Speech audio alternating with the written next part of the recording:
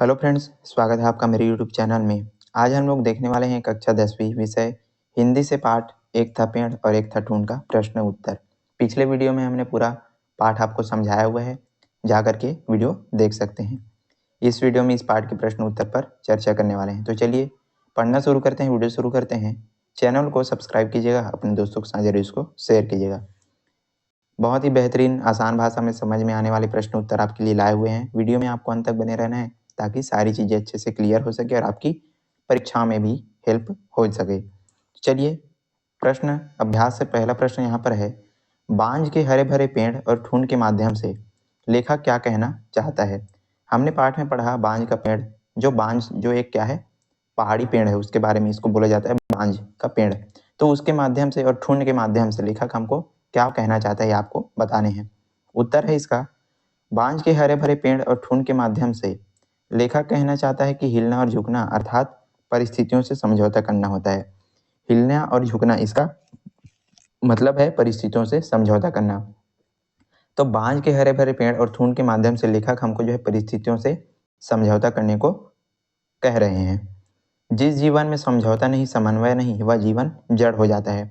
मतलब कहने का अर्थ यह है कि जो समझौता नहीं कर सकता, समन्वय नहीं कर सकता, अर्थात किसी के सामने यदि वो जो है झुक नहीं सकता, सिर्फ अपने में ही अड़ा रहता है, तो ऐसा जो जीवन है कैसा हो जाता है, जड़, यानी कि एक ठुंड के समान हो जाता है।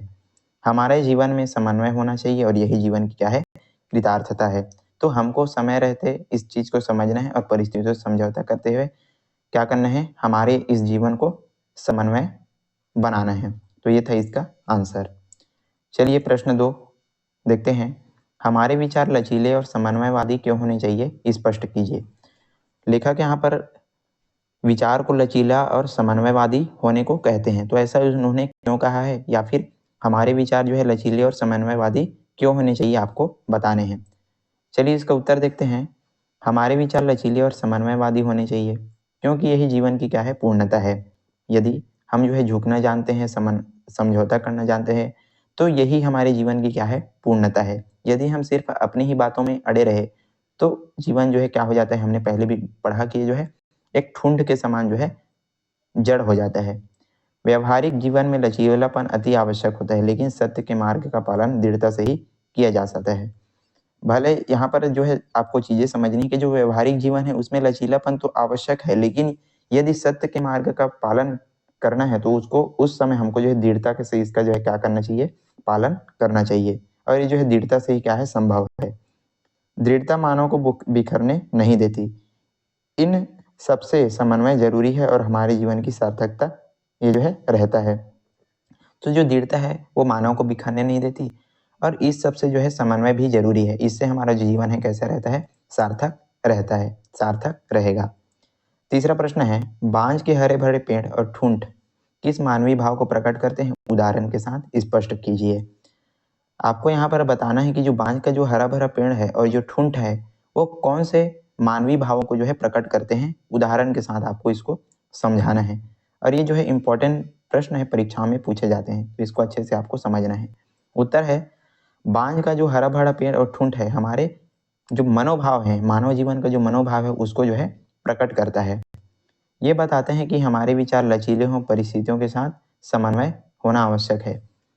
जो बांझ का हरा भरा पेड़ और ठूंठ है वो बताता है कि हमारा जो विचार है वो कैसा होना चाहिए, लचीला होना चाहिए, परिस्थितियों के साथ इसमें क्या होना चाहिए, समन्वय होना क्या है, आवश्यक है। साथ ही हमारे जो आदर्श हैं वो स्थिर होने चाहिए और हमारा जो आदर्श है, आधार है, वो कैसा होना चाहिए, दृढ़ होना चाहिए। क्योंकि दृढ़ता से ही हमको क्या मिलती है, मजबूती मिलती है। दृढ़ता हमको क्या देती है, मजबूती देती है।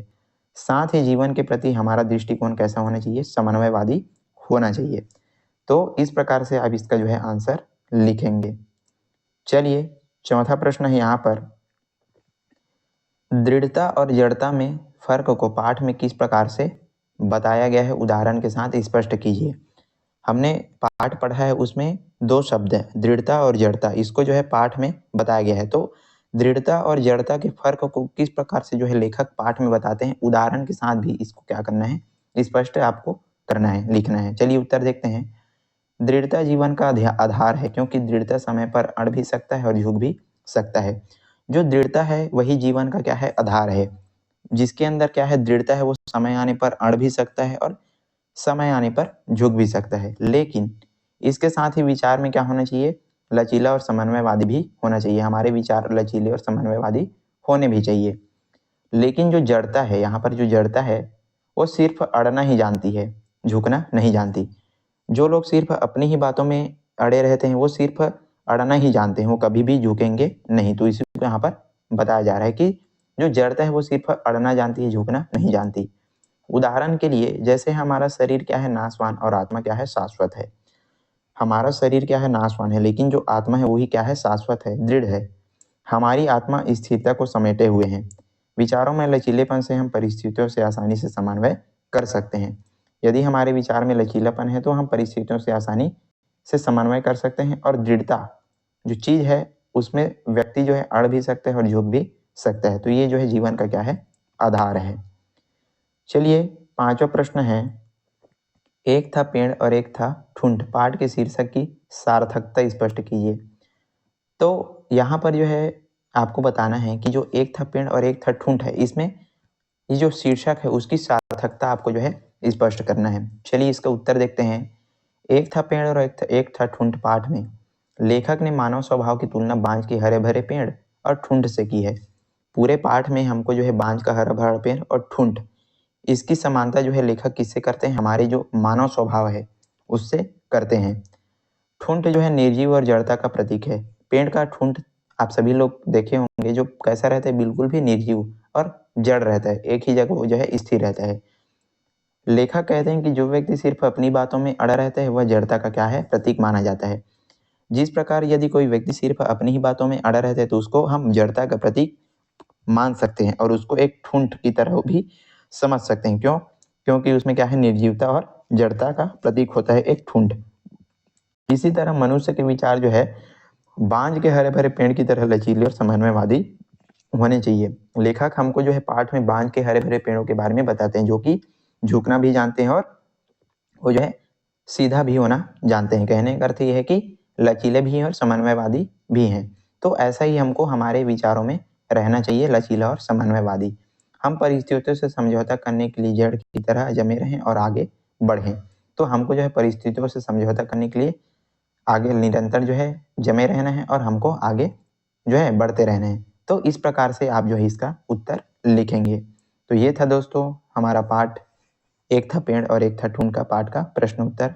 आई होप आपको वीडियो पसंद आया होगा। यदि वीडियो पसंद आया तो लाइक कीजिएगा, ज़्यादा से ज़्यादा शेयर कीजिएगा, चैनल पर नए हैं तो जरूर इसको सब्सक्राइब कर दीजिएगा। और पूरा पाठ का वीडियो आपको डिस्क्रिप्शन बॉक्स में इसका जो है लिंक दे दिया जाएगा, वहाँ से जाकर के पूरा पाठ आप जो है समझ सकते हैं। चलिए आज के लिए बस इतना ही, मिलते हैं इसी प्रकार के अन्य वीडियो के साथ, तब तक के लिए पढ़ते रहिएगा। धन्यवाद।